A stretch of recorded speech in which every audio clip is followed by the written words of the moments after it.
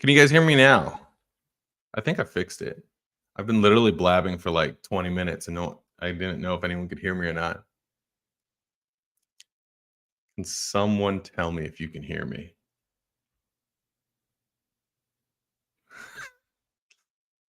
Yes, thank God. I've literally been blabbing for almost 9 minutes now. It's like full run through of the site, and I was just talking to myself. So I'll start over.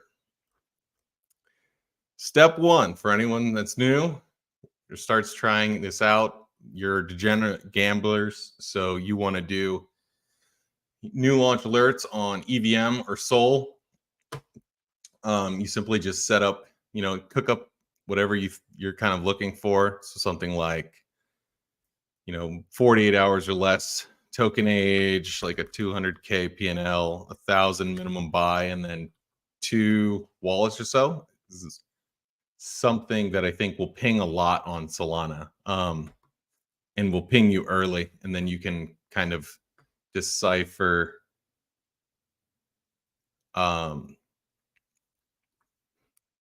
what you think is worth aping or not. Sorry, I'm getting a bunch of messages, but anyway, that's how you set up the alert. So you run through your filters, create alert, pair it to the Telegram bot by just going to a Telegram bot and putting in your unique alert ID, which is on your My Alerts page, and you're ready to go.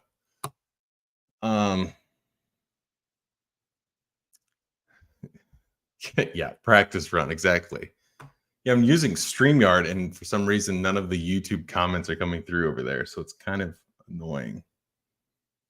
But anyway, so that's how you set up alerts. I get that question a lot. But so I was talking for 10 minutes and no one could hear me, so appreciate your patience. But I was talking about our smart follows. So what we did was we took all of crypto Twitter, like core crypto Twitter, which is like 8,000 or so accounts, and we looked at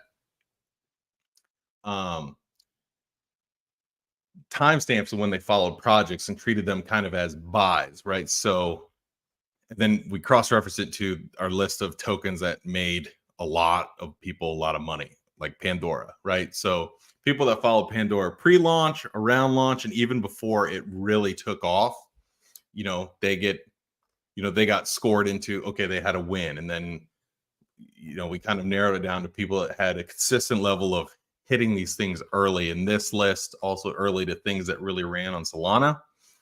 And that feeds into the smart follows, which is around 600 people that are early to everything. And so this streams their new follow activity for things that are newer. People also show up in here too.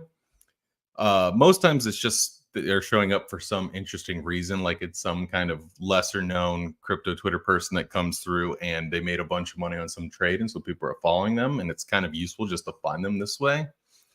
Other times it'll be people that are actually making a token on Solana, and maybe the token doesn't have its own Twitter page, and so the person will show up in here. But yeah, you can use this to find new launches, token, things that haven't launched yet, like this Oracle, Splice, Create Layer. So yeah, you can find either projects pre-launch. You can also look at it to see what's getting traction in the existing tokens. So like Zach, of course. I think Capri Sun has done okay. I've seen some people shill it, but I haven't really paid attention. But this is another way where you can see like what's getting momentum in the existing tokens, paired with the Twitter data, which is also pretty fun. But yeah, I mean, we just shipped this in here pretty recently. Is dripping with alpha. I think we're also going to add these to your alerts. So I talked about how you can set up a custom alert. So pretty soon here, you'll be able to kind of like WandBot, except you get to actually customize the alert. So your alert will be, okay, I want to know on a new launch, 3 wallets with 300K of PNL, aped 1,000 each, and the project has 10 smart follows. Then it'll come through. You can see the people that are following it, and then you've got immediate confluence to be, actionable on something really early, and you kind of know this is probably not a scam because so many people that are, all the people that are in these 600, I mean, the people, they're consistently early to things. I think my account's in there too. But anyway, And so it gives you kind of that little level of comfort aping a new launch, when especially when there's not that much info out there. So that's pretty cool. Um, but yeah, I haven't been doing alert stuff lately because it feels like the new launch market has been, in Solana, it's kind of a crapshoot, and then the EVM side's been pretty soft. I mean, it's been getting better. I mean, Jackpot had 400K of smart buys, but overall, it's still been pretty soft. I mean, we've seen ETH smart volume pick up here with kind of the ETF percolating. But what I've been doing on both ETH and Sol, so I went through one example in that thread that I did recently, but when you think of a token that crushed it, so like Michi, you can pop this down here and see the wallets that just absolutely did amazing on Michi, like this guy. And so if I go to this guy's wallet, I think this is the wallet. Yeah. You can diligence the wallet, see what they hold. He still holds a lot of Michi. I mean, he's crushed it on Popcat, Michi, Myro. But then you can see what else they're buying. Oh, he sold some Hammy. Isn't that good? Because that was Hammy was the example I was going to use. But anyway, like I mentioned in that thread, you could have seen, okay, this guy crushed it on Hammy. I wonder what else he's buying.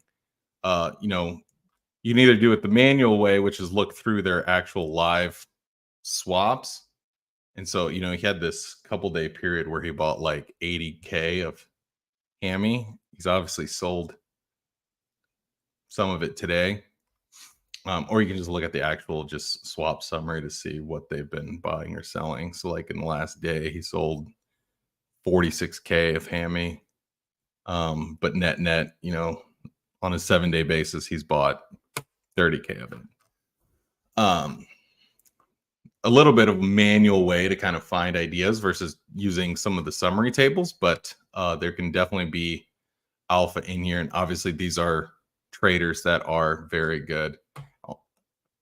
But yeah, I mean, with the new launch market, a little bit tougher. Plus, I just don't feel like playing the new launch market. Like I find myself just using the holdings data and seeing it's just an easy barometer of attention on both.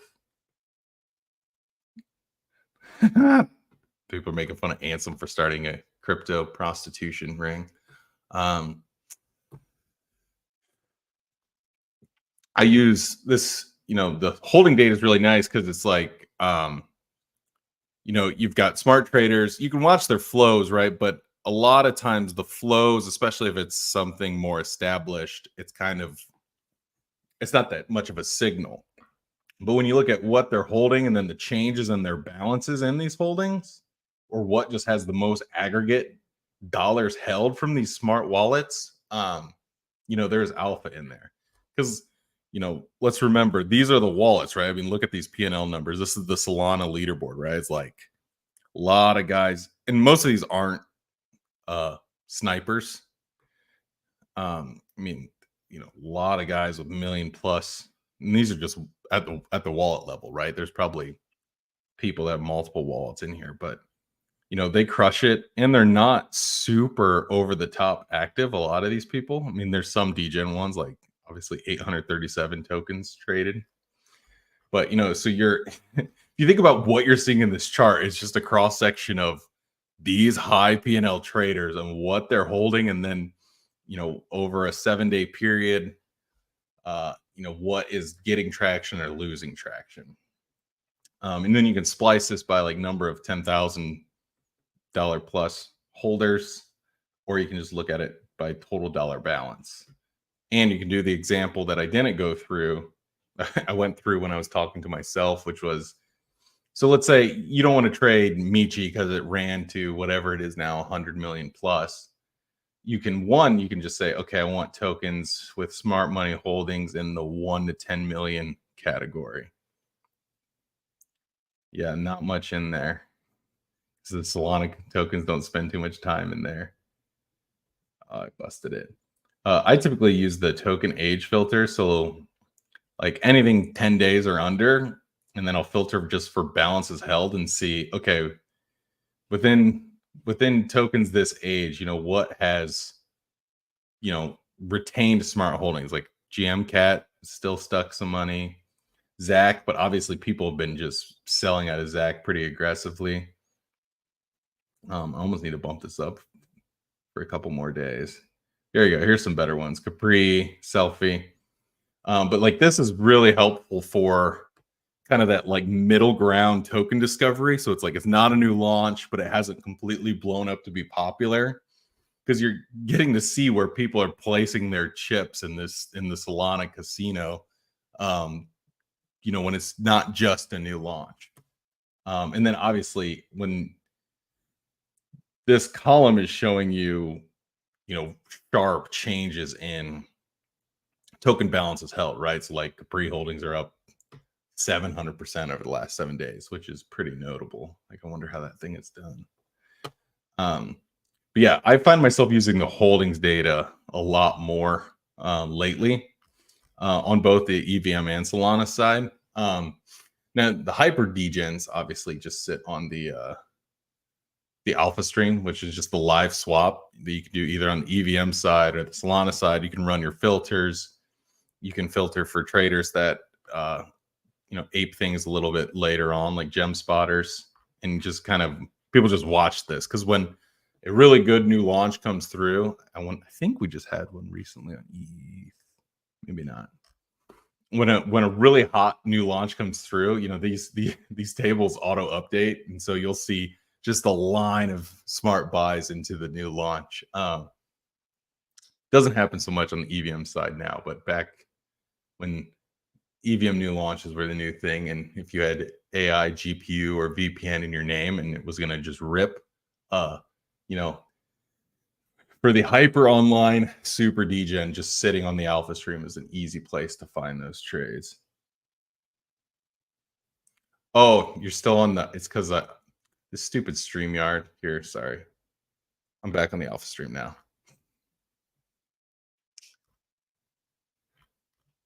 But yeah, so you can filter this for wallet types. You can filter it by P&L, win rate, inflows, token age, FDV on both ETH and Sol. The ETH side auto updates. I think the Solana side still auto updates. If not, you might just have to hit refresh. I think it auto updates now though.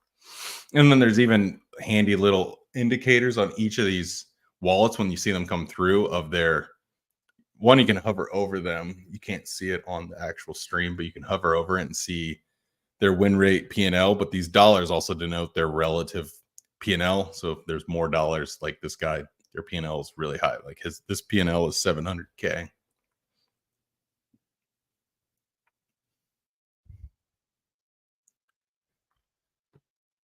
You guys are saying the screen is frozen. It looks like it's fine now.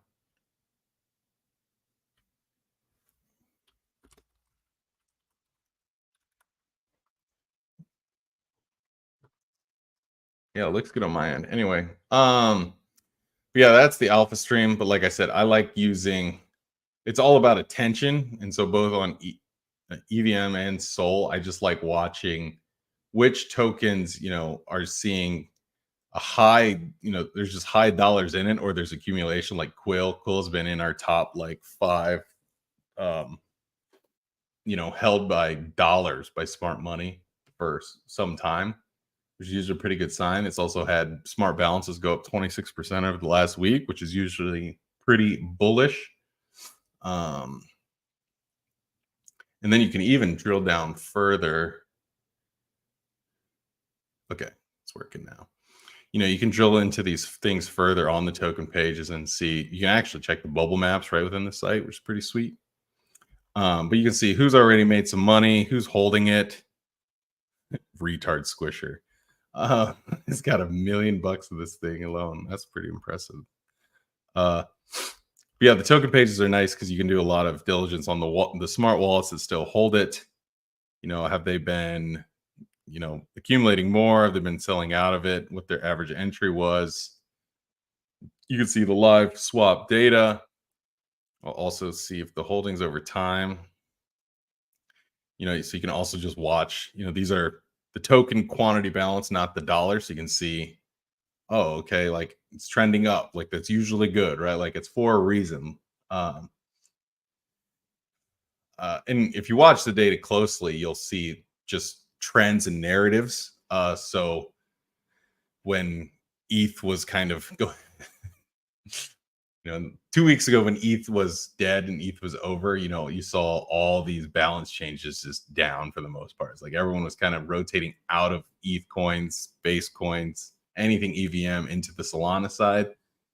Now it's a bit more mixed. But yeah, I like just playing around with the holdings data and doing, chainEDGE filters.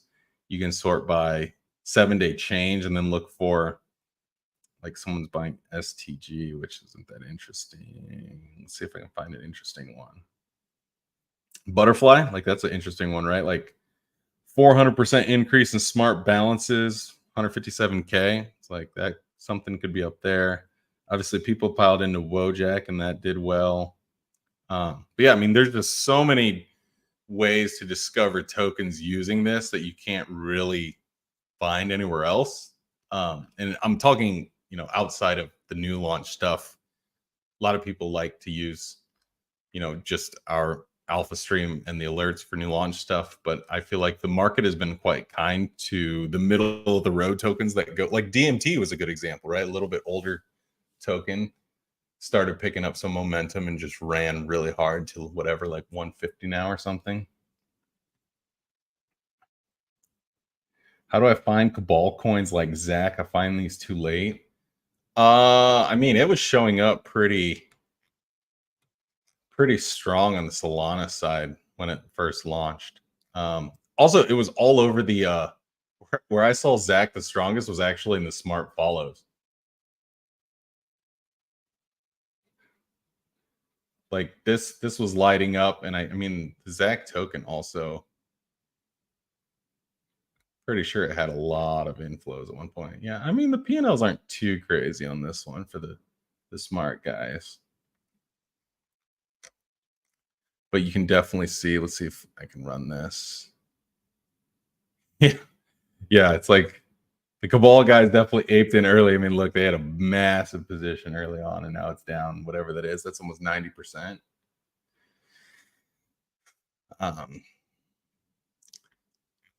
But yeah, I really like using the holdings data. You can go even deeper into the portfolio summary, which has a lot more data. So there, now you can see it.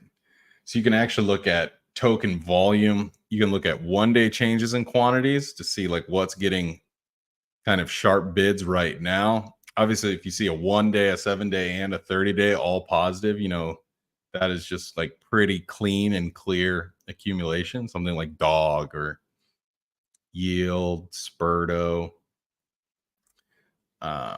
You can filter this by base, whatever. And there's so many different ways to do it. I mean, I most of my workflows are quite lazy right now because I just don't see too many. I've just been trading kind of more established meme coins and buying some of the ETH memes because we saw a pretty clear rotation for anyone that reads the Daily Edge. I mean, we saw just in the flows and in the accumulation numbers a pretty clear accumulation for quite a while, and all of the ETH memes like Mog had accumulation, Bitcoin, Joe, SPX, etc. But yeah, I mean, those are some of the workflows. I talked about how smart follows will get integrated into your alerts, which I think is going to be awesome. Because like I said, it's kind of just like Wand Bot, except you have control over it. So you could say, oh, I want 50 smart follows. And you can also, you're customizing when you're getting alerted on the swap. So you could leave it wide open, like some of our hyper degens do, and just say, I want wallets with like 10,000 of P&L, a min buy of $200 and just one wallet. That's going to ping every single time any of our wallets, hits these criteria, which happens a lot on new launches. And so you leave that open with the social data on there. I mean, you're going to see alerts really early. You just have to be on top of them and be able to suss out which ones are scams and which ones aren't. But that's like the beauty of the platform is like none of it is spoon fed to you. You have to like I always say the people that have done the best using chainEDGE already kind of know how to trade, and it kind of takes them either from good to great or great to awesome. Like you don't have your own process of what kind of tokens you like to trade. Like where have you typically made money? Is it new launch? Is it existing? Like if you don't have any of that kind of figured out, like it can still help because then you can kind of build a strategy around seeing what kind of wallets trade what, how they make money, how they move in certain parts of the cycle. But if you already have an existing kind of process and understanding, then you can gear the data to new launches, or you can gear it to just really strong new launches. So if you run like a filter, like with a way higher P&L value, like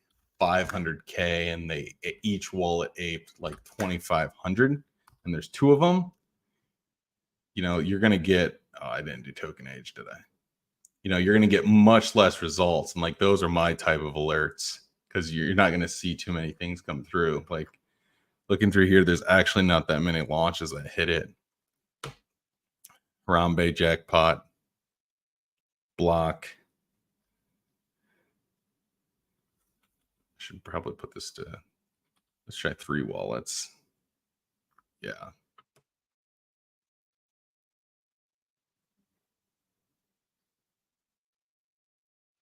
Almost no base stuff anymore. Yeah, I mean, look at these buys in the jackpot early on.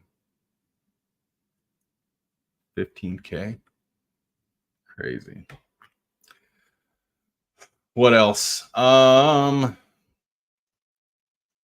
So very soon on the EVM side, you'll be able to actually trade these things right into the site. So I think I might be able to show it online. Nope, I don't. So when you'll come into, let's say you think Ape who's at support, there'll be a little trade panel right here, and you can just buy. And it'll be integrated via passkey. So we don't have access to your wallet. So it's, I think, technically non-custodial.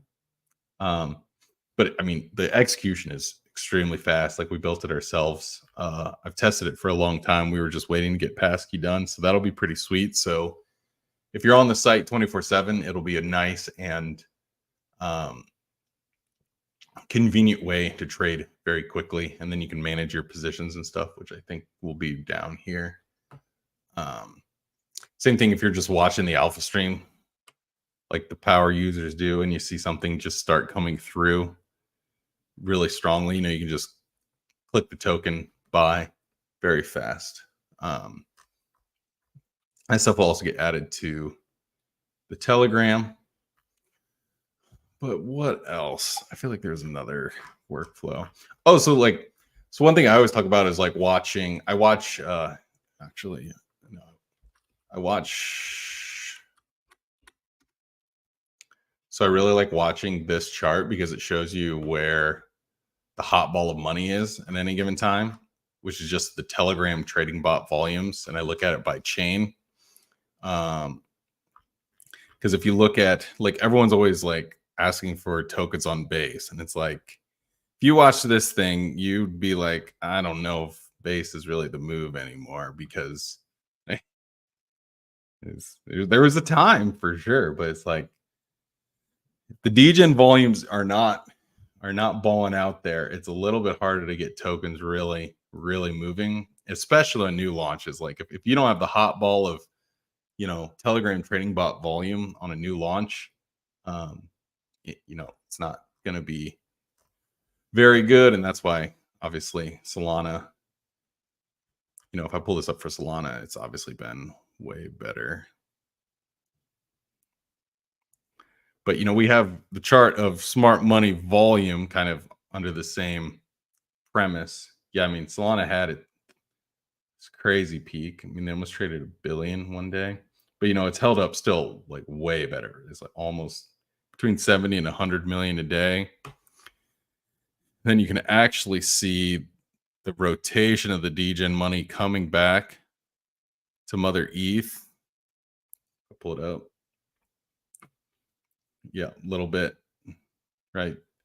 Finally coming back after, this was a really good new launch market, right? Between Feb and kind of until April.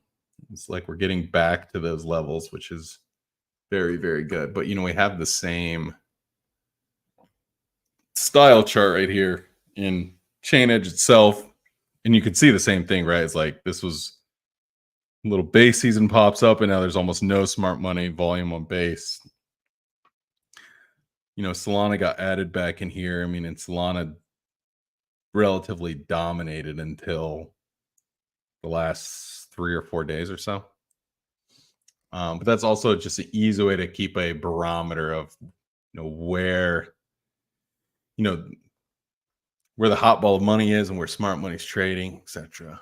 Also, you guys can make sure if you have any questions about anything, please ask it so that I'm not just yapping.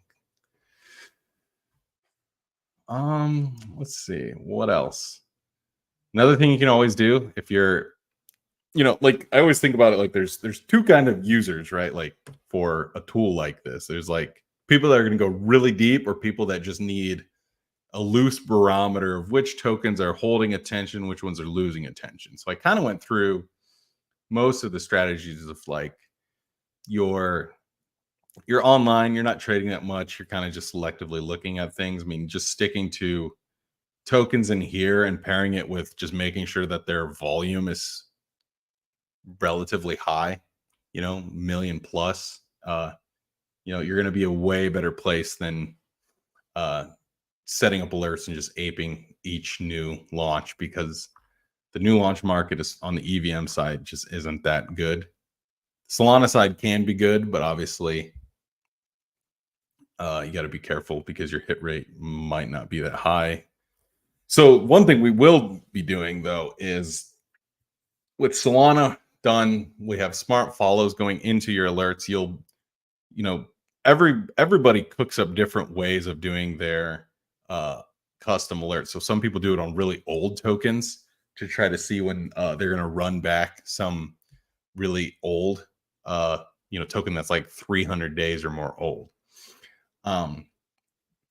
But now with all the data set to go on both sides, I think we'll start rolling out the ability to backtest these, or at least get stats on your alerts. So it's like under my alerts, you can have up to 10 custom alerts, right? So for each alert, it's like, okay, what's my hit rate? Like for the ones that have hit, what would have been the biggest winners? And you can kind of start narrowing down, almost to a point where like the goal is not to be watching the individual wallets. Like they're all money makers. And if you're running your filters right, you're getting wallets that are absolute killers. But the goal is actually, like, at least to me, is like never watching the specific wallets. I've seen wallets of well-known, hyper successful degens on crypto Twitter, and they'll still take massive L's.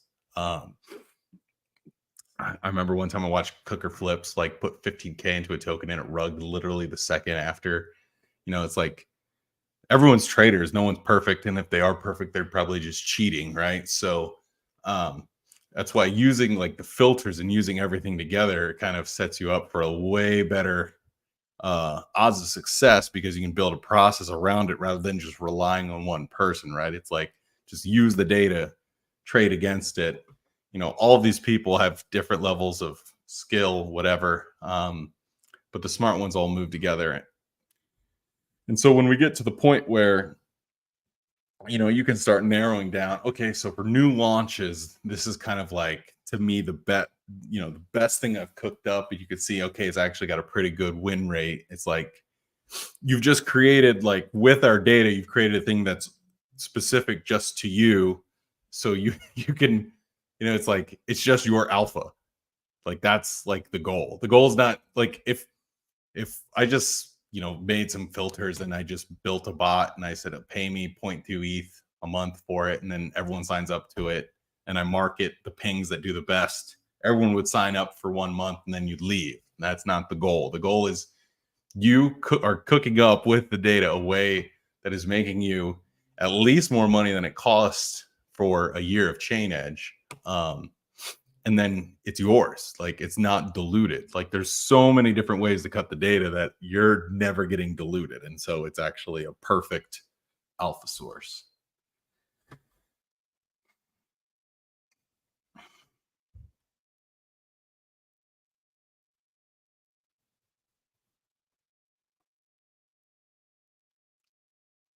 What else? Questions? No questions. Very light on the questions today. Um, there's a lot of people on the Twitter side, so I can go through like the swap summary if you want. It's relatively boring. I don't use the swap summary at all. This was like the original iteration of chainEDGE back a long time ago. Because I don't think swap flows are there's not that much alpha in the swap flows usually. Especially if it's something new or they just trade in and out. It's like the holdings data is way better for watching what's actually getting accumulated and not. So I typically don't look through this at all anymore. Some people actually find success just looking at the 1 hours. Like look, pretty light in the last 1 hour. On the EVM side, there's almost no way it's that light. Let me look. Oh, it's because Harambe is probably dominating attention, but you can see that it's actually pretty choppy in terms of buys versus sells. So yeah, but like some people will just do like a lazy way of just camping on the 1 hour and seeing what's picking up steam. Yeah, someone called out somebody clipped 140K into Manikai. I don't know.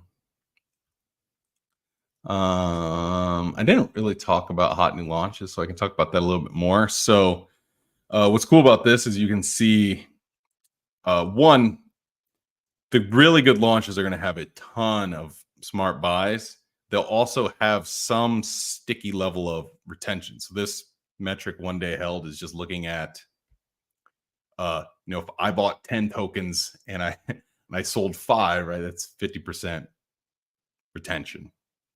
And on the bad garbage new launches, 9 times out of 10, it's going to be a low number like this, or it'll go negative because they somehow like they probably were in like a seed deal or something and they had immediate unlocks. And so let me see if I can find an example. Nope, there's no good ones here. But yeah, you'll see like crazy negative percentages because they actually sold way more tokens than they bought. But yeah, any launch has been any good, you'll see kind of a combination of high dollar buy values. You'll also see some holdings sticking around, like obviously like Jackpot. I mean, it's kind of ran so high already, and then you'll see high retention. So it's a nice and easy tool. Like you could look at this once a day and you're kind of up to speed on all the new launches. You have the same thing on the Solana side. Again, like if a new launch isn't getting like hundreds of thousands of dollars of buys, like it's usually not going to come out that strong. I mean, like when Slurf came out, I think it had like $1 million of buys or $2 million of buys. I don't remember. But it'll be pretty clear which one has a lot of attention. Now, obviously, these don't have very good retention, but the Solana side could be different. I don't know it as well. And then on both sides, you can also just look at, and you could use this for trader discovery. So if you want to take a wallet and go set up individual wallet alerts on them, you can do that. So this is like an easy place just to find like, okay, in the last 7 days, people realized P&L on $1, Zach, Bonk. You can filter this 30 days, 180. Yeah, you can see this guy who made 1.7 on Slurf. So this is good for wallet discovery if you do like doing individual wallet work, and obviously you can dig into these wallets as well. Like this wallet actually is pretty fucking good. Like Manikai, sorry, Doug. You can see what they hold now. It doesn't have our table like the EVM side. So I need to add that. But The other cool thing you can do, make sure I pick a good trader.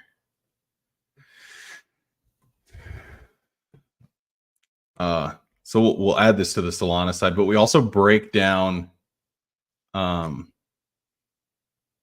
where someone's P&L is coming from in terms of token age.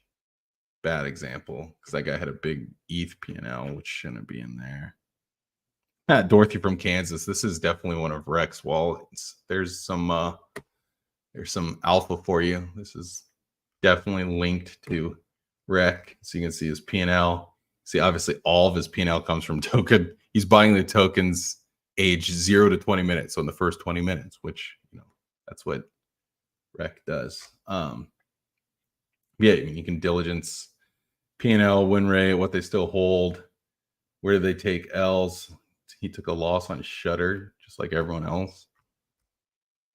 He bought some jackpot too, and then blew out of it. Wonder if he tried to snipe it.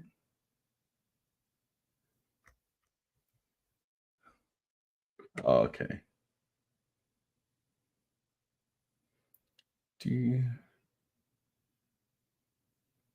When receiving an alert, do you take into account the size of the buy relative to the port size of the wallet? I do not, because this isn't whale watching, right? Like it's like some of these wallets will run with a really low portfolio balance. Like this one's not a great example because he's rocking like 170K of ETH in here. But some of these wallets, they'll have like $1 million P&L, but they're only holding like maybe like 10K to gamble with. So I do not take into account their portfolio size.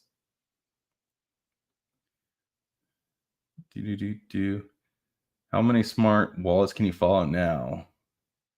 Well, I mean, like if you want to set up individual wallet alerts, I would almost save you get 10 alerts total throughout the site, but like you could just if you find a wallet you really like you could just take that wallet and put it into Celio for free and just get alerts for the specific wallet rather than clogging up your chainEDGE specific wallets. Right. And then, you can use more of these custom, like highly, customizable wallet alerts, or swap alerts rather, for your 10 total alerts, if that makes sense.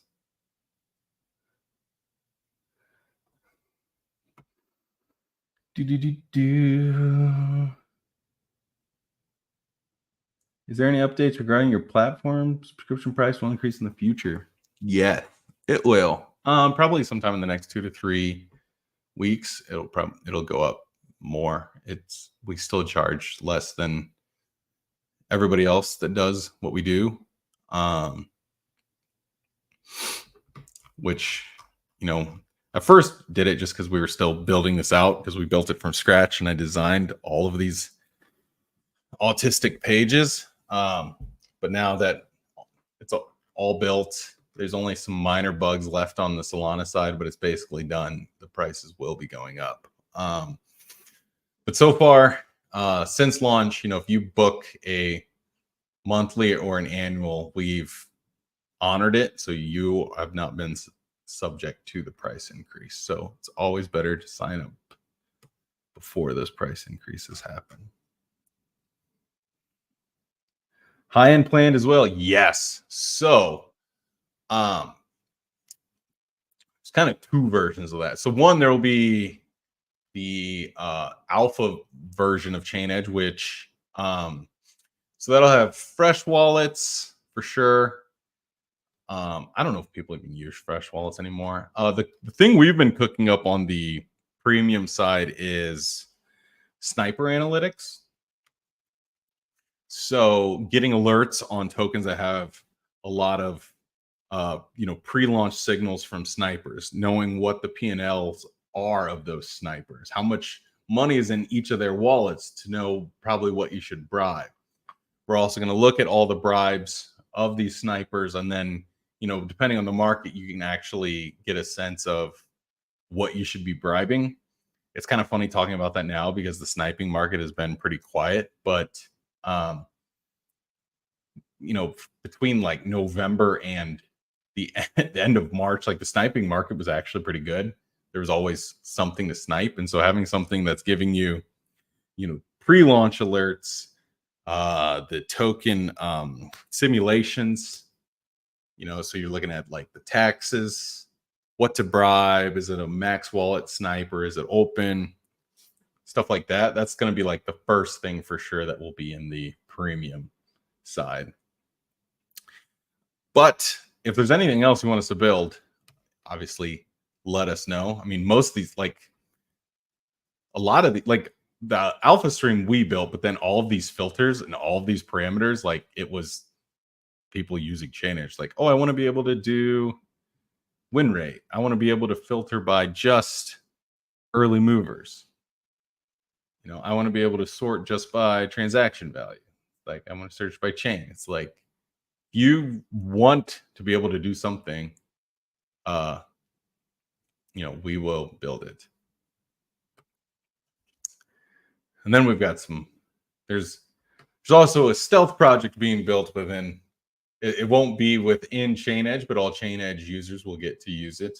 That doesn't look at smart money, but it looks at attention.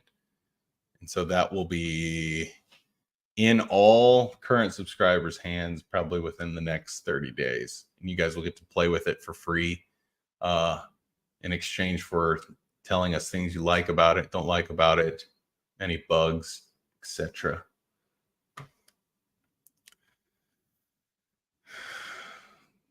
What about you, Twitter side? I've got no questions on the Twitter side. Boring.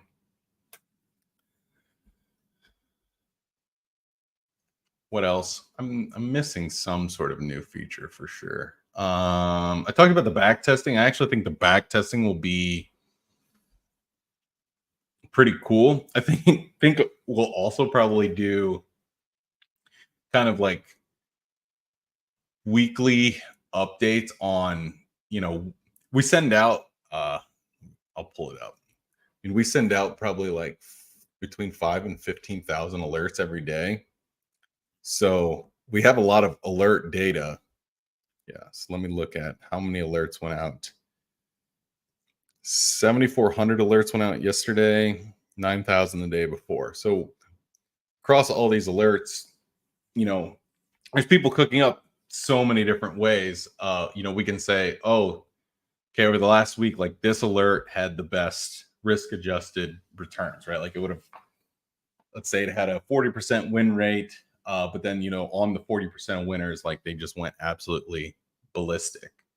And that's, we can do it just on the soul side, etc. So still have a lot of stuff to build. We are just getting started. But all the stuff we do, going forward is going to just keep getting more and more creative and kind of fun now that we have all the building blocks done. Smart follow stuff. So the way we did this is essentially a little crude, right? By just looking at who followed these moneymaker projects early, counting how many times people hit the early ones, and then saying, okay, they're smart. Like it could get much more sophisticated than that. And once we have some dev capacity, we'll probably come up with an actual scoring system, do hit rates based on like actual follows, right? So if someone follows, let's say between now and 6 months from now, they follow 5,000 projects, like they're following so many things that they're actually probably clogging this thing up, which is partially what's happening now. So a lot of stuff in the works.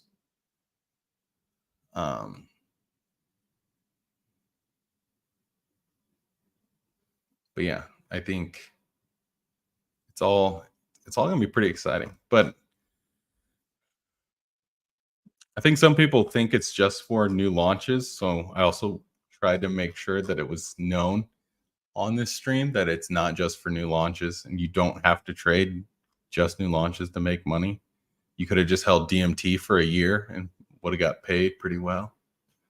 But even in the example I shared in my thread the other day. I mean, I was talking about Michi. You know, Michi, when coins start doing well, you'll see them just climb these leaderboards, right? Like if you have it sorted by balance, you know, they will just naturally climb their way up. And especially if you're seeing it's climbing up, which usually means people are either accumulating it, which you'll see here, or the price is going up, or both.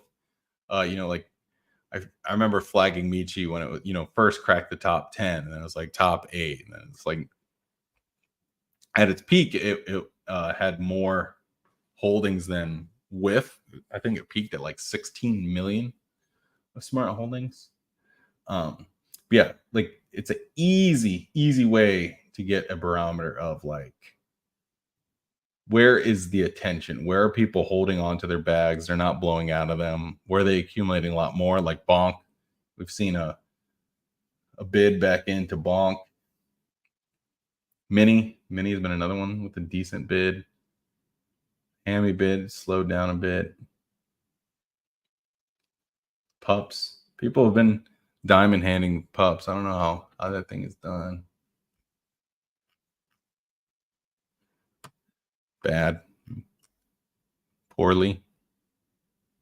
What is this chart?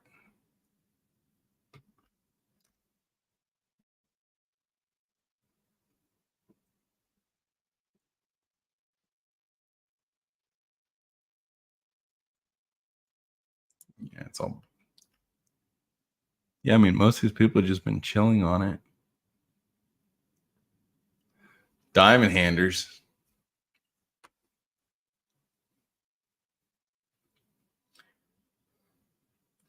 Is there a consistent checklist you go through when evaluating? Oh, that's tough. I'm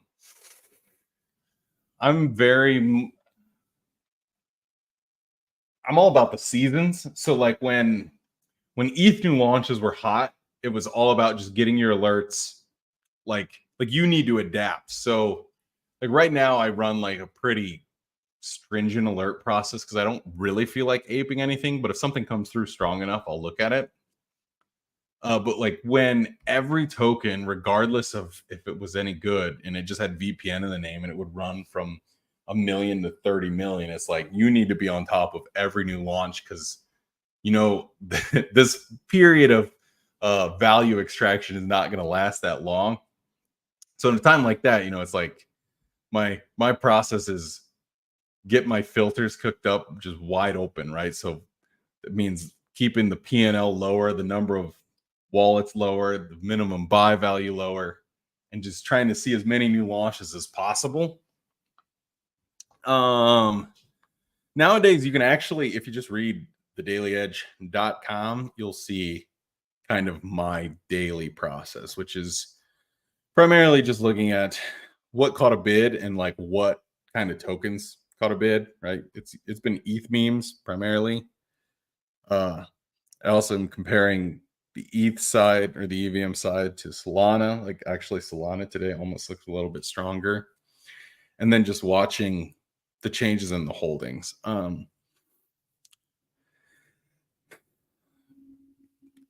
But if you're talking about an actual checklist, like let's say the market's good, I'm trying to ape a new launch. Every single time I usually go to the Twitter and I'd look for, do I have mutuals? Like this was the tried and true method that was, I don't know what the hit rate was, but it was pretty good. It's like if I got a ETH new launch alert, it's some AI GPU scam. Like it's going to probably find its way to zero someday, but it could run to 200 million like OPSEC. The alert would come through. I'd quickly just check the contract through like Perb to make sure there's nothing funky going on. Check for mutual follows, and then I'd probably look at the website in just a really quick glance through to see like, are there spelling mistakes? Does the website look like every other? There was a week where there was like 7 projects that launched Tau subnets. That was like the thing. But yeah, I mean, the quick process was just like, is the contract going to scam me? Is the liquidity locked? Do I have mutual follows? Because that usually means somebody knows something, or there's just smart people that found it at the same time. They're grabbing a bag. I also just look for, so if it is a new launch, it'll pop up in the hot new launches. And when things would probably lead to caution or me not aping versus if the holdings are relatively high, I'd probably ape it. But so like one exercise I used to always do back when new launches actually worked was going to ETH new pairs and seeing how many of them actually got to a million every day. So when the market was like soft last fall, it was like one a day actually held it. Right now, looks like, I mean, this is obviously a scam. There's jackpot. I don't know this one, and I think this is obviously a normal coin. So you've got two or three. It's like I used to keep track and count how many of those happen a day because two or three a day is like that's a pretty soft new launch market. And so it's like even with the best alerts and whatever, it's like it's an uphill battle. Like versus 8 weeks ago, is like there'd be like 10. Be 10 things that would run to a million plus. Actually, most of them would get way past that, right? Like a decent new launch on ETH would get to like 5. But yeah, those are some general checklist things. But again, to me, it's all about like knowing when to lean in and when to lean back. Like when there was that day when all the ETH utility coins went down 50 to 90%, it was like there's going to be just an ETH utility bear, little on-chain bear market. Like people are going to be licking their wounds because there's a lot of money lost that day. And so I personally haven't leaned into new launches much at all. I've aped a few Solana ones and they've been okay. Like I think I bought some lock in. I don't think it's done very well, even though it's literally the best meme.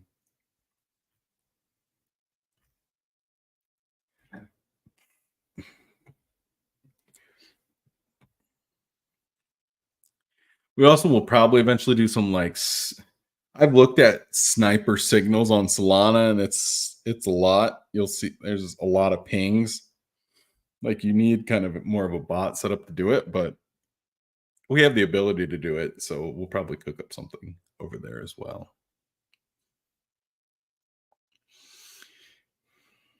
But yeah, if there's no other questions, I don't know what else to cover.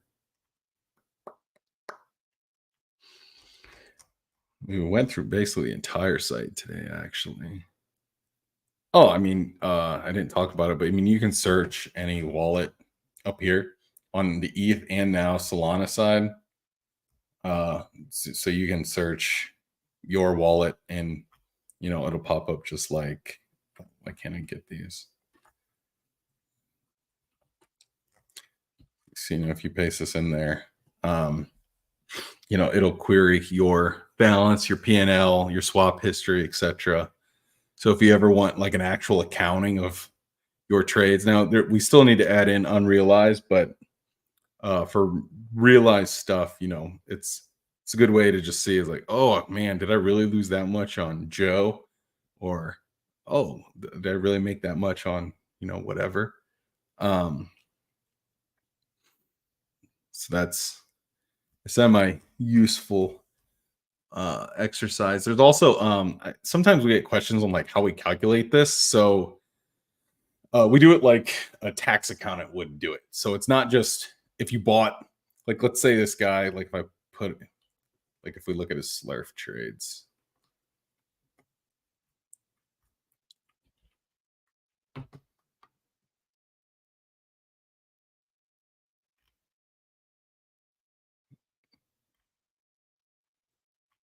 Oh, it's probably because he got added recently. But so 1.7 million of realized P&L, like there's a simplistic way to do it, which would be like he bought 100K of it and then sold 1.8 million of it, and now that's a 1.7 million realized P&L, but we look at it in the actual lots bought, just like a tax accountant would. So it's like if he bought 50,000 Slurf tokens and then sold 75,000 for the P&L, you do not get credit for selling 75,000 because we don't have record of you buying those extra 25,000. We only look at you bought 50, you sold 50, that's your P&L. So sometimes, people bring up like maybe it looks different than other sites, but I mean, this is, that's the way, like you could bring it to a tax accountant and say, that's my P&L. So dealing in the actual lots bought versus sold rather than, because if you don't do it that way, then you'll get weird. So let's say I bought $1,000 worth of Joe, and then I transferred in $1 million worth of Joe, and then Joe doubles, right? Like my Joe P&L isn't 2 million, right? Because there's no record of me buying that initial million slug of Joe. So, you don't know what the actual P&L is. So you only get credit on the P&L that we saw you buy the token for.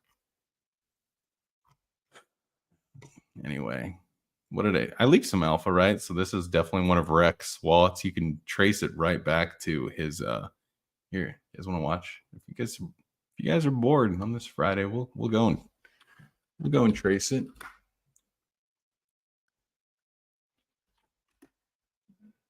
Oh shit, I need to use visualizer. Come on, Rec. He's got so many wallets. I know it's linked to the there's banana gun bonus. I know I'm getting close.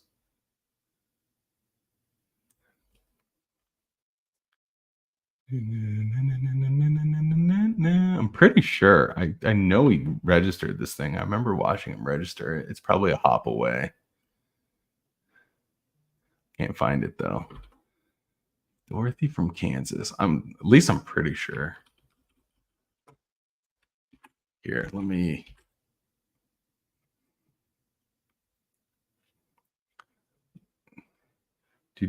How about late movers? How much do you factor in TA? I do a little bit of TA on things that aren't new launches. Rapture, who's in here today, is way better at TA. I usually use like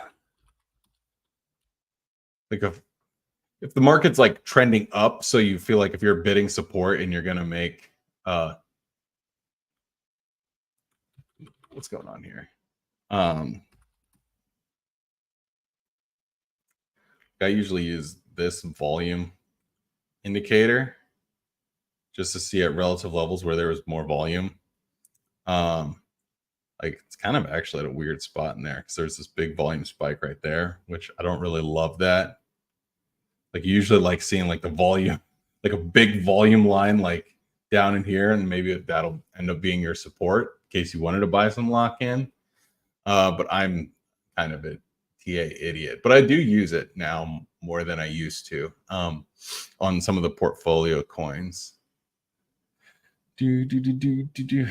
Yes, I'll announce when prices are going up, and I'll make a big old hoopla about it. But that's on people that don't have a subscription, right? Like the people that signed up when this thing was an absolute turd when we first launched because we were just getting started and getting everything together. They're paying much less than the current price, and that's because they had the patience to stick it out with us as we actually build out the whole platform. So I wouldn't stress too much about it. Questions? Any questions? There's 600 people watching on Twitter and not a single question. Versus the 20 people on YouTube, and I'm just flooded with questions.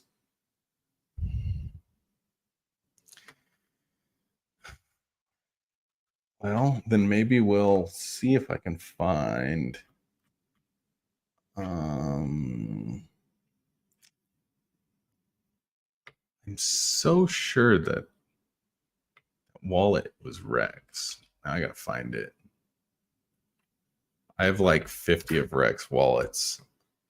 I'm a Rec enjoyer. Oh, you guys, this happens. Yeah, there we go.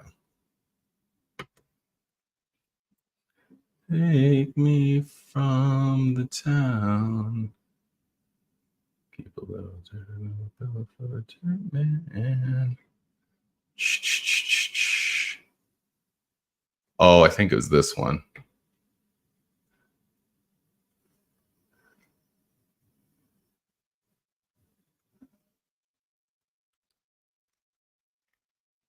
I swear he did. The real Ryan Gosling. I swear he registered. Someone, I guarantee there's some sleuth watching that knows if I'm just talking out of my ass, but I'm relatively sure he registered Dorothy from Kansas.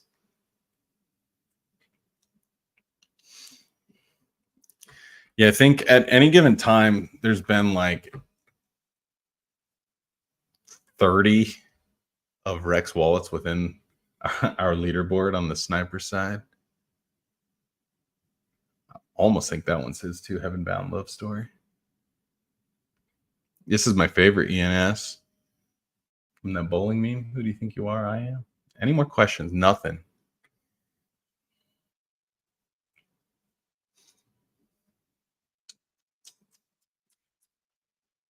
I wonder if I can share my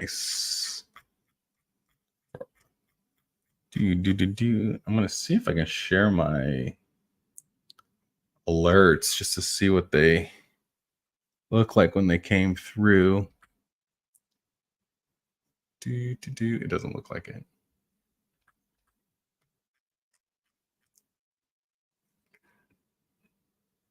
All right.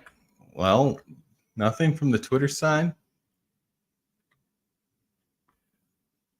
Can you filter smart wallets by ROI? Nope. It's not really the metric that you. So people ask us about this, like, how do you create the list of smart wallets? Which it's done by Realize P&L, but we remove people with one-hit wonders, right? Like that one wallet that crushed it on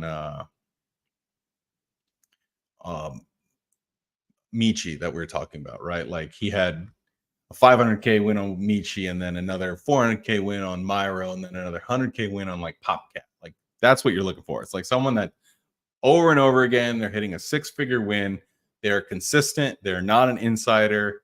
Like it is a renewable source of alpha for you to make money. If you start saying, oh, I only want high ROI traders, you're going to just get, there's already a heavy skew towards gambling with even these wallets, like especially this guy who's aped 1,600 unique tokens in the last 6 months.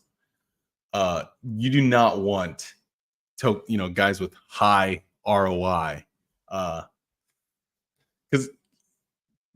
even still, the way we do this, I mean, like this, this guy has a lot of high ROI trades, but you don't want to just filter for it that way. Yeah, I mean, some of these ROIs, a lot of big ROIs, but you don't want to filter for it, in my opinion.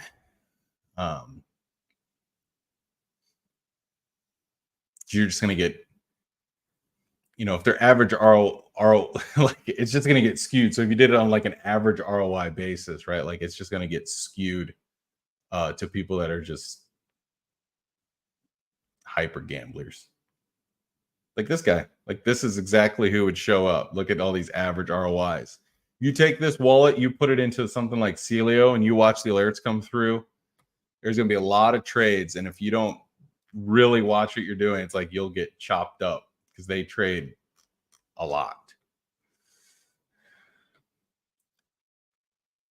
Is there a copy trade function? No. Easiest way to just light money on fire. For two reasons. One, these guys trade fast. If there's even a small delay, you'll end up just losing money. You'll also be losing on gas. Like you're going to get chopped up. Like it's way better to just Like if you join, if you sign up, you get a link to the Discord. Come to the Discord and ask anyone that's made more than their annual $800 subscription if they've how they made money, and it's they took either a process they had before getting chainEDGE or just built a process around the data. They have their own process. They have their own due diligence, their own intuition, their own conviction. They do way better than just saying, "Oh, this wallet made $2 million. I'm just going to throw in a copy trade." Because the really smart guys will they'll notice that they have copy trade bots on them, and then they'll just go buy some low liquidity token with a different wallet. They'll just load up on it. And especially if they have a horde of copy trade bots, like a lot of Rex wallets do, then he'll buy it, and then there'll be this giant wave of copy trade bots that come in, and then from the other wallet they just sell for a massive gain, and then the token goes straight down. And there's tools that always say, "Oh, you just want to copy trade. Oh, you've got the best traders." It's like we even there was a time we used to do it during the meme madness, like 12 months ago. We actually took our best traders and we were programmatically copy trading them. We got lucky, like we bought Pepe real early because of that, but it's if you stick around long enough, it'll actually be you can set up auto trading bots based on your custom alert parameters, which is these. So if you can start back testing these, right, and seeing, okay, here's my hit rate on using these different parameters across all these wallets, so I'm not copy trading one specific wallet, then I think you're in a way better place and you won't just get wrecked. Because every single person that has just come in and they do the tried and true, they go to the leaderboard, they take one of these guys with a bunch of P&L that trades a bunch of tokens, they pop it in, say, I'm just going to copy this. It doesn't work. Especially if you use something that like people do it with Maestro, and then their slippage settings aren't fully cranked up, and their gas settings aren't cranked up, and then some of these wallets will front run like liquidity getting pulled, and then you're sitting there with a zero. It's just an easy way to get chopped up to nothingness. But in general, I mean, you're way better off just sticking to the coins that are held, not the new launch coins. Like there hasn't been a lot of really good new launch coins lately. I mean, like Quill comes to mind as probably one of the better ones because our alerts were pinging like at 0.2-ish. So it's like almost a double at one point. Like I think, let me look when my wrapped Quill alert came in.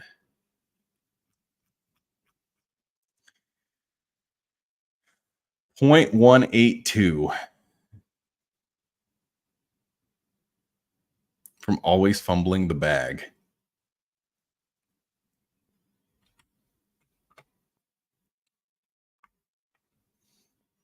All right, people.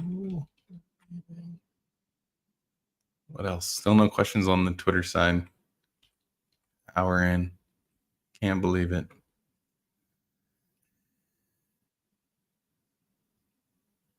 What else? Oh, so another thing I talked about the mutual follows. So you should, if you see people that you think are smart, like just start following them. It also helps for spotting scams. So like if you need to like bridge and you don't want to use, like there's a lot of draining bots out there for bridges. Like it's a really prime example. So you always should go to the official Twitter to get a link to like the bridge. And for anything like that, if you have a curated list of 500 to 1,000, smart crypto Twitter people, it'll keep you away from clicking drainer links on some misspelled Synapse Finance or misspelled DeBridge. Oh, here we go. Yes, so I want to do some where I speed run through all the stuff. It's kind of hard now when there's not There's just not that many things that show up. But I also want to do the same thing, but for sniping. Uh, because I got really deep into sniping when Solana started taking over back in around Christmas. So same thing. It's like just put on some music and I'll go through like the sniper process when the market is better. So there's a lot of new launches coming through and stuff like that. But yes, definitely have plans for that. Um, but yeah, I mean, there's just not that many. You know, when the market was really good, this new launches page, I mean, it would get like five pages long, 6 pages long. During the 404 craze, I mean, these top launches buys were all 100K plus, and a lot of the really popular ones were getting millions and millions of dollars coming in. So if we get to a market like that again, I'll just, instead of just like speed running through the process, like I'll actually just both do the process and actually trade it because it'll be just fun. So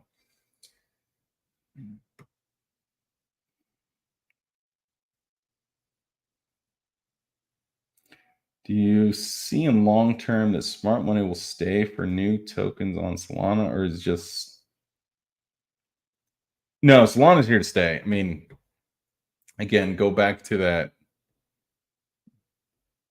This is all I watch, and this is all you need to know. It's like wherever the Telegram trading bot volume is where the degens are, which means that's where the opportunities to make money are. That's where the volume is. That's where the new launches will work. And right now, it's Sol, ETH, kind of base. But base has been just so down only. I mean, there's a time back in here where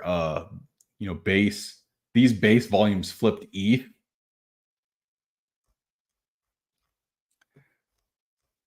But yeah, I don't think Solana is going to go anywhere.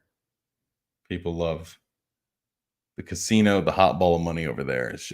It makes for, when the token picks up enough momentum, it just goes it goes straight to 100 million.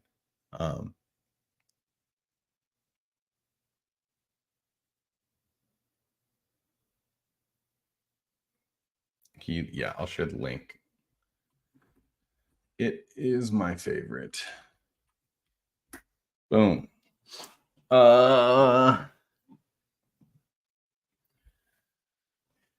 Anything when it comes to dollars? No, like straight dollars held isn't.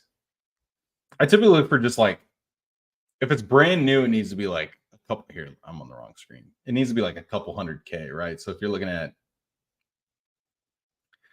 anything that's any good within the first 5 days, will have a couple, like at least 100K of holdings. The older it gets, the less the actual dollars matter, and it's more about the 7-day changes, the 1-day changes, the 30-day changes. I still look at the dollar amounts. I like to just sort by the dollar amounts and see what's getting bid and what's not. But the dollar amounts themselves, I don't think are a signal. Why did it roll it down? Tau. It's more when you see.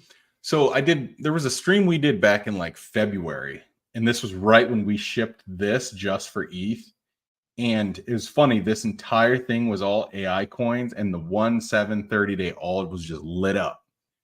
And I remember kind of joking on the stream. I was like, oh, I wonder if there's like some sort of AI rotation going on. It was like, it was time. Like that was the very beginning of the AI dance. So I tend to like look at things much more like the narrative, the season, where's all the money at, and then if there's something within that looks like a good trade, and then the smart money metrics looks good, I'll trade it. Like I don't just look at it in a silo, right? Like just because Trump has the second highest, I mean, it's probably going to be good. Like it's probably, I mean, I own it. It's probably one of the easier picks going into the debates starting next month. But yeah, I mean, there's no, like, you can't just say, look at the dollar amounts and say this one's better than that one for X reason. Um, but as you play with it, you'll finally not just, I wouldn't say inflow signal. I'd say, yeah, like the accumulation or just like something new. Like if you look at it without filters, it's a little bit harder. But if you look at and say, oh, I want to look at tokens like less than a month old, and then filter by balance. This is where, some interesting stuff can be found. Obviously, like people are blowing out a Nimbus. That's not a good sign. Sticking around in Tensor. Friend has been down only. Jackpot. Like maybe Jackpot will be good. But yeah, so the dollar holdings matter. Like when you're looking at 30 days or less, then I look specifically just right at the dollars because it's basically ranking of the new coins, which one is probably, which one has the most chips on it. But once you scatter it across all of them, then it's less clear. Like obviously the most wallets holding 10K plus are on Trump, and most wallets in general, I think. Oh, is my age filter on?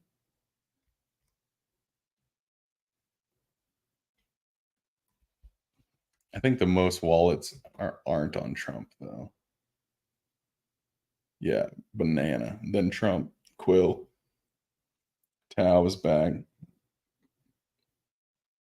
If you play around with it, I think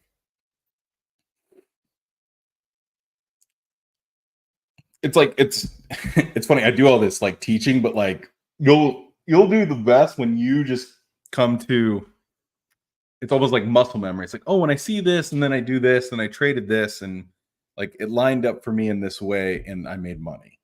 It's like, so I'm gonna just keep trying to do that. Or I saw this token and it had this holdings and then it went down and then the token went poorly. Okay, like I'm gonna remember that. It's like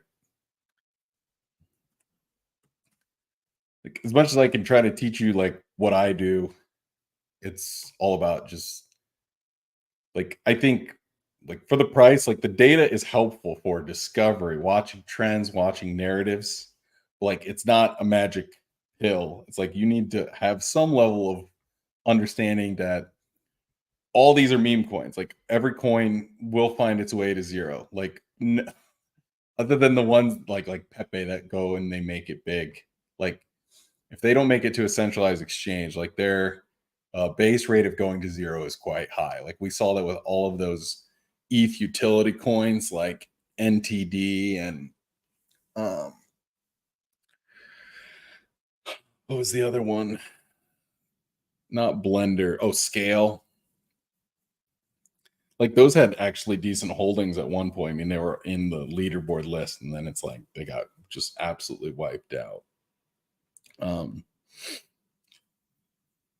but yes, I mean, it's all about just kind of coming up with, yeah, putting the people that like have that first signed up to chainEDGE that are still around, like they're the ones that are just like, I'd pay like 4 times more for this. Like I've I've tweaked my strategy. I know how to change it based on the environment. It works. People that come in and say, I want to copy trade the guy with the big P&L on the leaderboard, it's like it doesn't work. It's like I'm just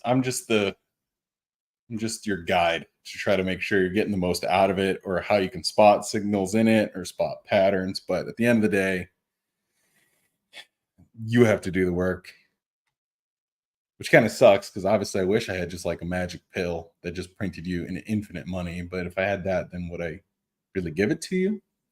Now, with that said, I think your odds of making money in general are a lot higher if you use the tool because it'll keep you out of getting filled something and then you'll see it come in through the hot new launches. You'll see the 1 day held is like minus 300%, which means there's a seed deal. It got sold down your throat.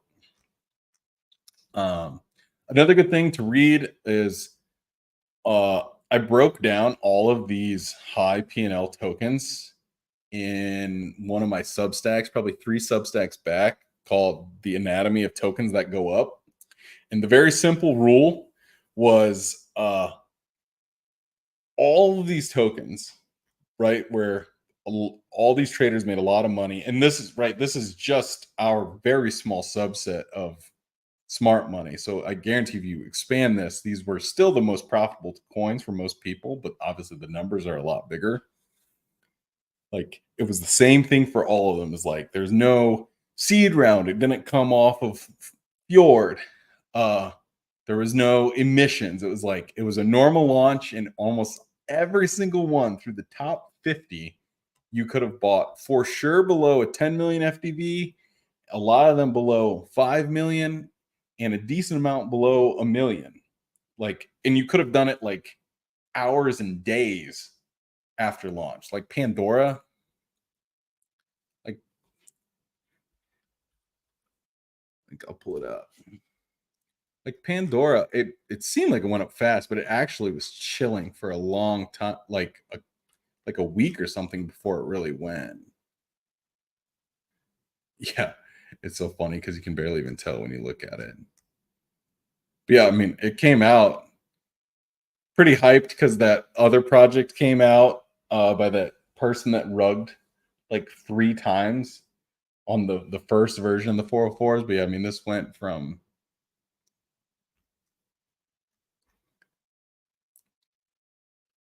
come on.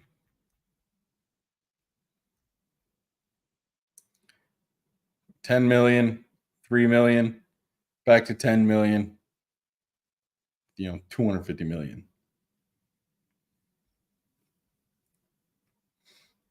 And then, so that was the primary takeaway. And the secondary takeaway was like in 80% of the cases, tokens peak when their volume peak. So, like these giant volume spikes, like, and then you see even when it spikes again, there's no volume spike. That was another easy one.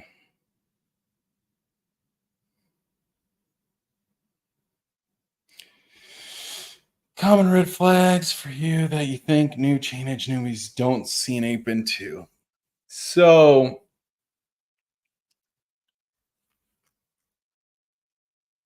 you're not going to run into that trading the holdings side. Like I split them very cleanly. Like the holdings tokens, like they can go down, but you're not going to just get wiped out to zero most times. The biggest problem people will have is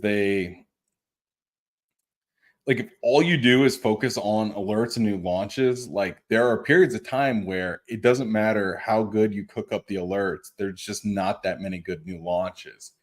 And so if you're like trying to revenge trade or make some stacks back, you're just like fighting this game of aping new launches when there's not appetite for new launches, and so you're not going to make money. And then you're going to say, oh, chainEDGE doesn't really work for me. And it's like, you got to be able to read the market a little bit, because there's just like I showed on deck screen, it's like there's on ETH, there's 2 launches that hit a million. Like that's a bad new launch market. Like when you go back to like ETH smart money volume when it was peaking back in here, it was like at least 10. It could have been 15 a day that was hitting a million market cap on new launches. So that's number one. It's like the alerts are not free money. You need to kind of it's better if you have some experience trading new launches. Because even the guys with high P&L, you can filter the alerts by win rate too. But even some of the high P&L guys, they'll throw gamble amounts into certain tokens. So it's like you got to be really careful and not just get chopped up to death when the market isn't right. It's an ape. Like during 404 season, every alert I got that had 404 in the name, I just blind aped into it. And it was like 3x, 5x, 10x every single time, because the environment was right. It's like 404s was crazy. It was going to change the game. Gas was so expensive. That's the environment that you lean in and just go. Don't think too much. So that's one. Another one. I mean, smart follows is relatively new, but you'll see things pop up like in the one day that are new launches. I mean, just because smart people are following it doesn't mean it's going to be any good. I mean, once you start seeing a bigger number, like 10 plus, 20 plus, its odds of it being a better token are decent. Um, but again, it's more about trying to help you discover the tokens versus just, it's free money.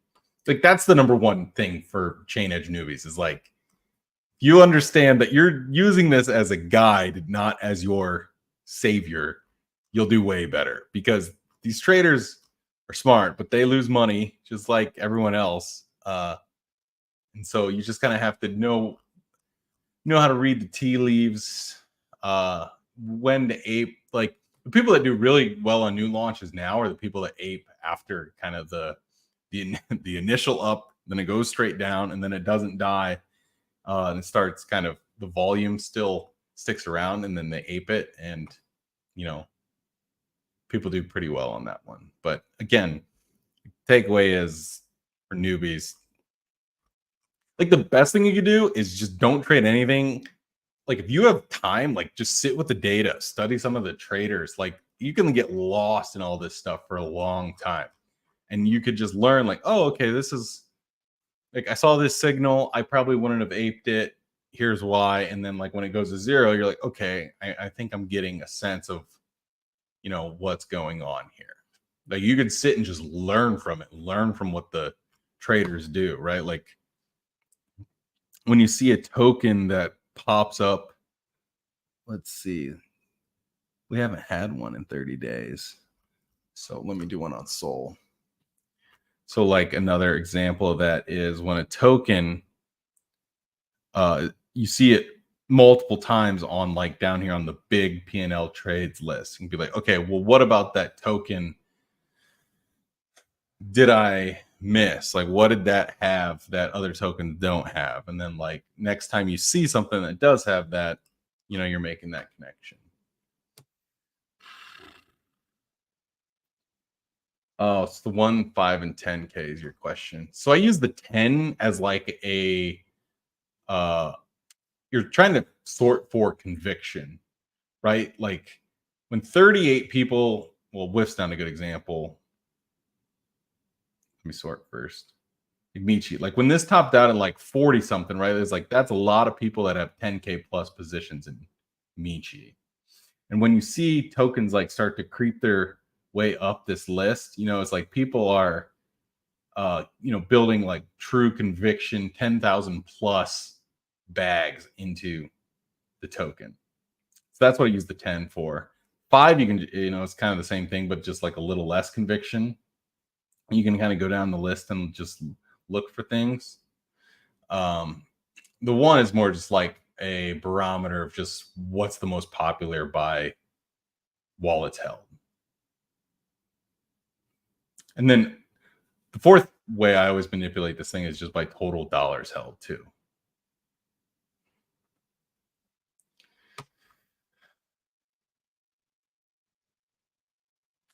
What about late movers?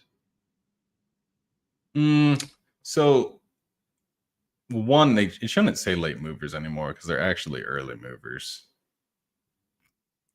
Because these guys ape like parameters are they're aping like between 20 minutes after the token launches and 24 hours. So they're like the people that are like thinking a little bit more. Like these are like degen traders. The snipers are either like straight snipers or they have better information than you because they're aping, contract drops. They're swapping then. But no, I mean, if you think about what the market's good for now, it's gem spotters, right? Like the market is definitely geared more towards, at least in my opinion,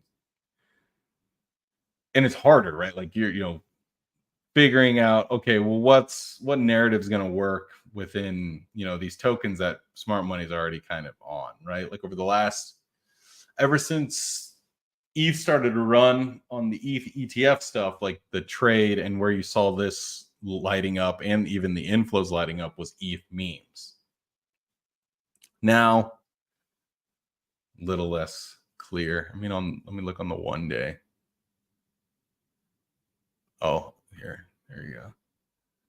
Like on the east side,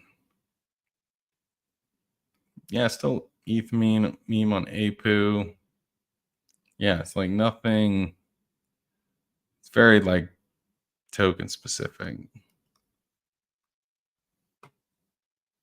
So, but yeah, I mean, it's one thing's for sure. It's definitely like another easy thing is just look at what's working. So like when I write the daily edge, I always run a 500k liquidity, 5 million minimum FDV, and 500k volume.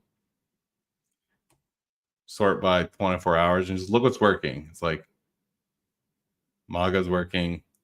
Yeah, it's like ETH memes, a little bit of Sol, like more Sol today than yesterday, but it's still kind of the same tokens, right? Like DMT, Mini, Nimbus, Wolf, like Bobo. These were all the same ones that were running yesterday.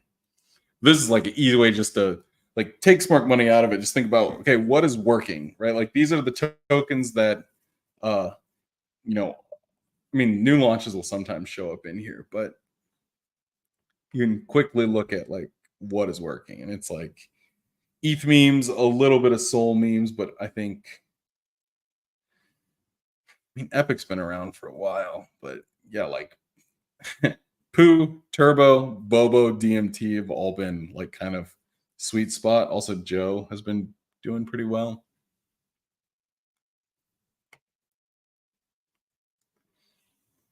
But those are the types of tokens that are actually worth trading right now. Like not ETH new launches where if you think about how many tokens launch a day and only 2 have been able to sustain 1 million market cap, that means probably don't ape ETH new launches. I mean, I'm sure the Solana side's better, but also there's so many Solana coins that get launched. Yeah, it's a little bit better. I don't know how many of these are. Yeah, relatively better. But I mean, that's why you see all that Telegram degen volume stay on Sol, because this is what you want to see is like a lot more tokens sustaining over 1 million.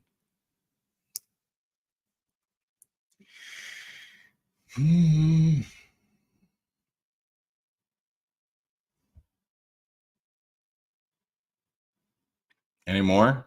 This might be our longest stream yet. And still not a single question from the Twitter side. Will never be forgiven.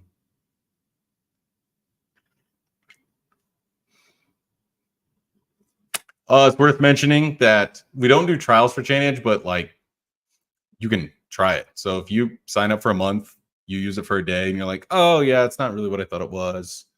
Like I thought I'd get insights into Lido or ETHFi. You know, like our guys are a little more high octane than that. They don't care about the lower octane coins. You can just open a ticket or shoot us an email and say, I want a refund, and we'll just give you a prorated refund. So for the 715 of you on Twitter that are not using chainEDGE, you can come in, try it. You can come into the Discord, or the Discord community is still relatively active despite the on-chain market pretty slow. You know, you can hop on, test it out. I mean, even just the smart follows feature, I mean, to go get this anywhere else costs more than what chainEDGE costs. And we just built that right in there too. So, and there is most definitely alpha in there. I mean, all of the popular stuff that hasn't launched yet has been showing up in here. Like the, what's the one that looked really good? Can't find it. Mamba. Does anyone have an opinion on Mamba?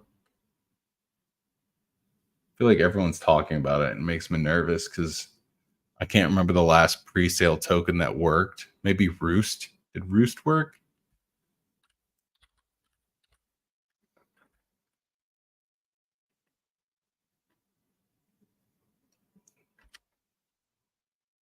Yeah. I don't know what the pre-sale price was. It had its moment in the sun.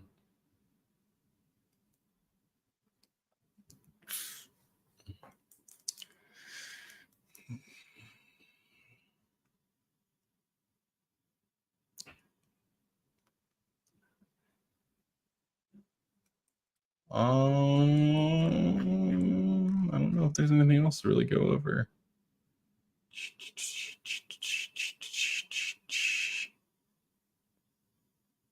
Oh, I mean, it's worth mentioning if it's not clear, we cover all of the chains that matter. ETH, Base, Sol, R, BSC, Phantom. So when things do rotate, like when Base popped off, we had the site was full of Base stuff. You can see right in here when Base was kind of popping off. And it makes it kind of easy to tell when there's rotations going on. I'm trying to see. You can't really see the AVAX ones, but there was definitely a little bit of AVAX stuff that went on too, like with and what have you.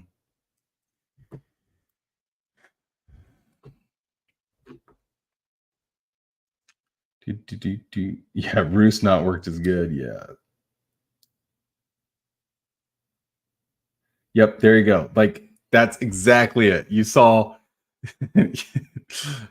you saw high ownership in Shark Cat and Nub, and they had high volume. That's the name of the game. And then Michi, I was kind of pounding the table on Michi because I saw the relative volume on it and the amount of smart, like the it's funny, like the holdings data has actually been like kind of like more alpha than I think at any point that I can remember. Because at any moment there's always something, especially on the Solana side, like there's something in this leaderboard list in the top 20 that's going to be making its way to all-time highs. If you start to trade new launches, where would you recommend to start? If you have unlimited time, you should probably be doing it on Solana because you're going to get the most reps and you've got the best chance of making money. You're also going to probably have the highest amount of losing trades. So you're, but that is what I recommend. It's also the cheapest in terms of gas, so you can start with the lower dollar amount. But you can use our alerts and cook up the alerts and kind of start, coming up with a process to get early to them.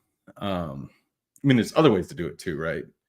For Sol new launches, but like it's funny. I have a pretty tight Sol new launch filter, and like it does not ping very often actually.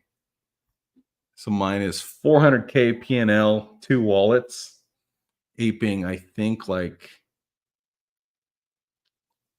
1,500 minimum. The last one I got was last night on Kabosu at 4 million, which is decent, but it only went to like 7.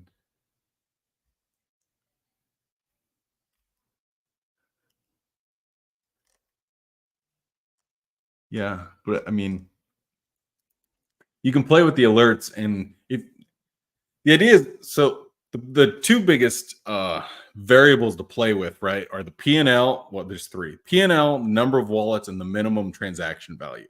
So if you crank those up, you may be getting your signal later, but you're getting a little more confidence. If you crank them way down, you're going to get a lot of alerts, so you're going to be seeing a lot of things early, and then you're going to have to get better at sniffing out like, oh, this looks stupid. Oh, the holder distribution on this looks bad. Oh, there's no smart people following this one. ZK Sync? No, I really don't think so. But I'm sure there'll be like somebody that's like hyper online hyper degen that's like early to every coin over there that maybe makes some money, but I don't know if it's worth the effort, but that's just me.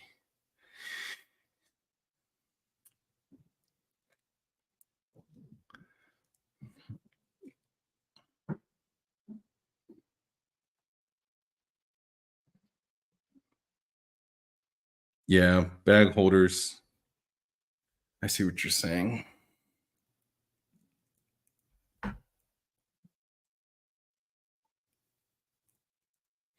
Not necessarily in price discovery. So like what I was doing on ETH back when ETH utility would work is like if the holdings were high and the holdings were not going down and were going up, like I always was just looking to buy on like usually the tokens because you're using the smart money as sort of a barometer of okay, like there's already some smart people in this. They've got fat bags, like they're probably going to protect support. So like I was trading scale for a while and I just like was trading it back and forth like when it bounced at this one level like over and over and over. That's how my dumb ass did it. Because I like trading new launches better anyway. But I haven't traded a new launch like an EVM new launch in I don't know 6 weeks, 8 weeks or something. But I don't know. Like I don't. I also don't have all the answers. I don't trade as much on Solana. So, but there's some people in the Discord that are like Solana only. Like they were on me to add Solana to the site like last fall, and I initially was like, it seems like it's going to be a lot of work, but now we're here. So, how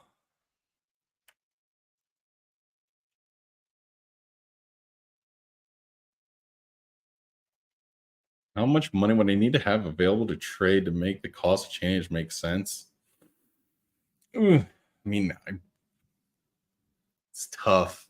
Well, I mean, because it's so cheap monthly, right? Like it's only $80. So,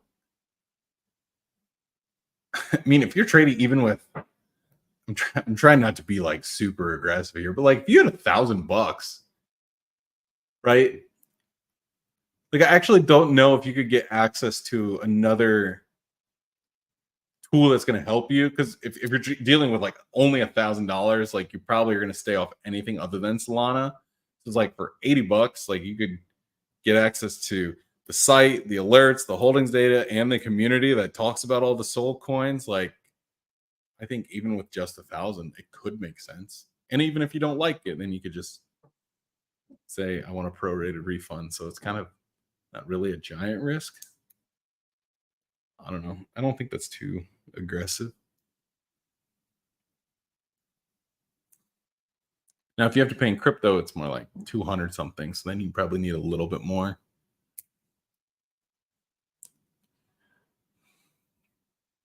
But an underappreciated aspect of the whole thing is the community. I mean, it's like, there's no way to get into the Discord unless you've paid some amount of money to us. I mean, obviously, if you leave, I think you can technically stay in, but you probably won't because people are talking about all the things they're seeing on chainEDGE anyway. But like, especially when the market is good and there's new launches going on, I mean, the community is extremely active. Like when Pandora was launching, I mean, there was like 20 of us.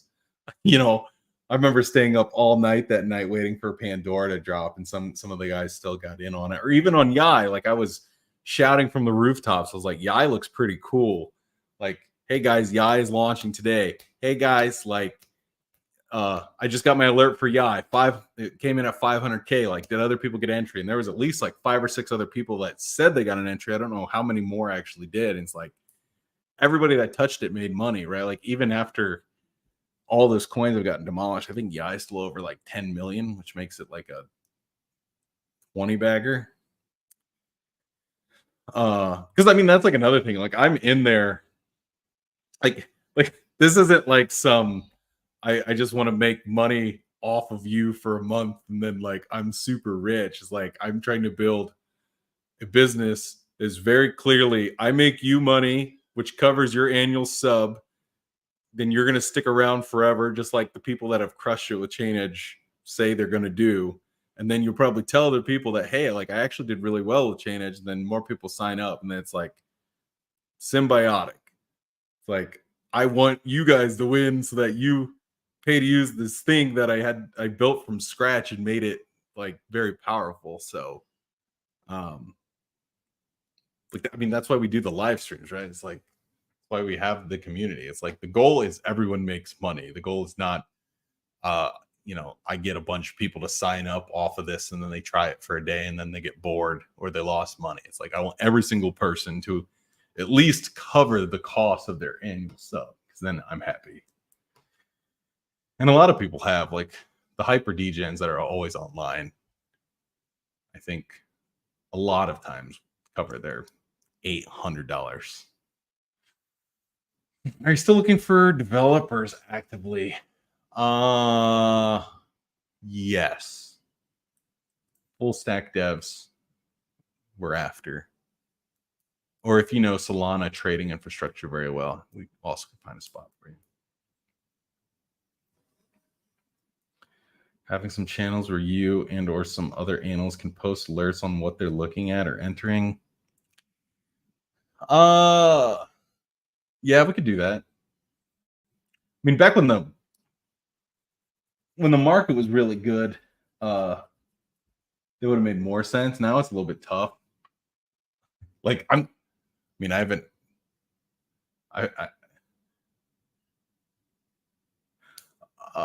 the only thing that we're really missing on the Solana side is it doesn't have a portfolio summary page yet. And we're wrapping that up right now. That's it. There's also like we're wrangling like mountains of data, so there's still like UI bugs that come through on like maybe 2% of transactions, but that's it. Like the wallet, like the P&L algo, the streaming of the swaps, all the holdings data works perfectly fine. Like that's been, I mean, we've had it in the site and it's been worked on and tested and iterated on for 2-ish months now. So that's if you stick around with us for a bit, you'll notice like everything kind of launches in it. Like even our portfolio summary, I think, still says beta because we ship a lot of stuff, right? Like we launched publicly in July, and even back then the site was still kind of ugly and didn't have everything it has now. So we ship a lot of things just into the site, and sometimes they just get tagged as beta.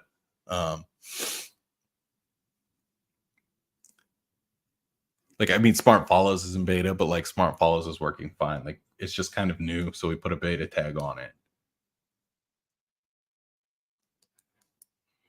But yeah, I mean, the one thing that's definitely missing is so like, oh, you see this is the only thing that we haven't put in yet for Solana, which is, it's pretty cool. Like it's very detailed. So you actually look at volume too, which is in here. So you can see like where the volume is on these guys. You can look at accumulation trends, the dollar balance, even average entry versus current price. So you can see if smart money is actually not up that much on something that's relatively newer, like Quill. And then obviously you can sort by, you can also, so back when the market was good, you could look at things that had positive 30-day. Let me find a good example here. I'll just go this way. So back when the market was good, you'd see all the things with good accumulation levels on the 30-day, and then you'd see like, I thought our price performance went back farther than this. We probably lost a column, but you'd actually see, the longer term price performance on all of them was also very good. Oh, it's probably because nope, I'm not missing the column.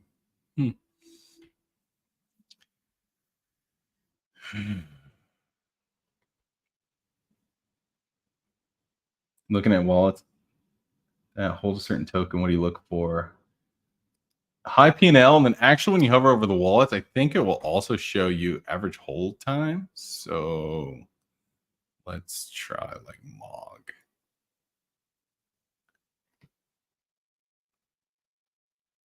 Yeah. So interestingly, like this one, you can't, it doesn't come through on the stream, which is annoying. But when I'm hovering over these, it'll say win rate 82%, successful trades 9, total trades 11, average hold time like 60 days. Usually you want to see it stacked with more dollar signs is what I usually look for. Like more dollar signs and less trades usually means like they are better. Like the people that trade more coins in general are degenerate gamblers.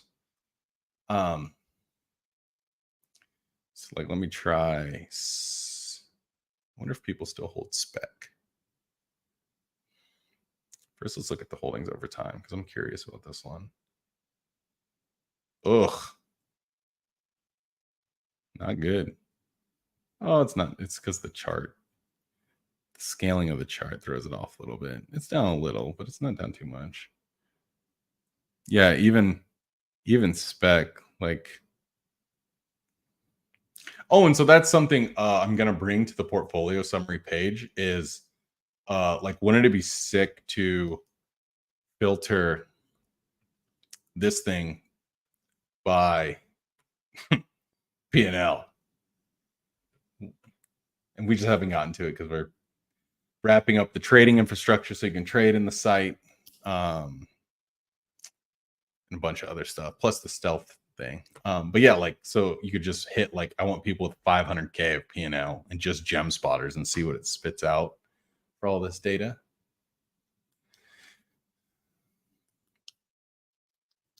But like I said, I try not to worry too much on the specific token. I'm trying to just use it all as like discovery trends. Like when you see sharp movement in things, it'll always like catch your eye. There's just not that many good examples. Maga. This is the new one that's run really hard, right? Yeah, this one went crazy.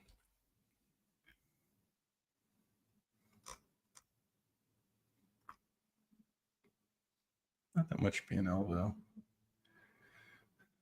Anywho, all right, we've hit 2 hours. We still have somehow 800 people now on the Twitter side.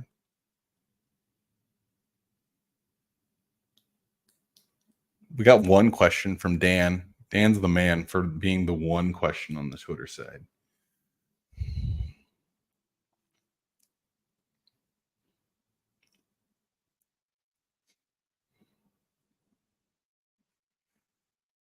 I don't think there's anything else to cover. This was like our most in-depth one. We've actually, instead of going over any one particular workflow, we've kind of covered the whole site. So I hope it's been helpful. Thank you guys on the YouTube for all of the questions. And hopefully I'll see some of you in the Discord. But if nobody has any other pressing questions, we're going to wrap it up there because this went on an hour longer than we usually go. But it was a very good one. And we had a lot of people on the Twitter side check it out. So thank you all for joining and have a great weekend.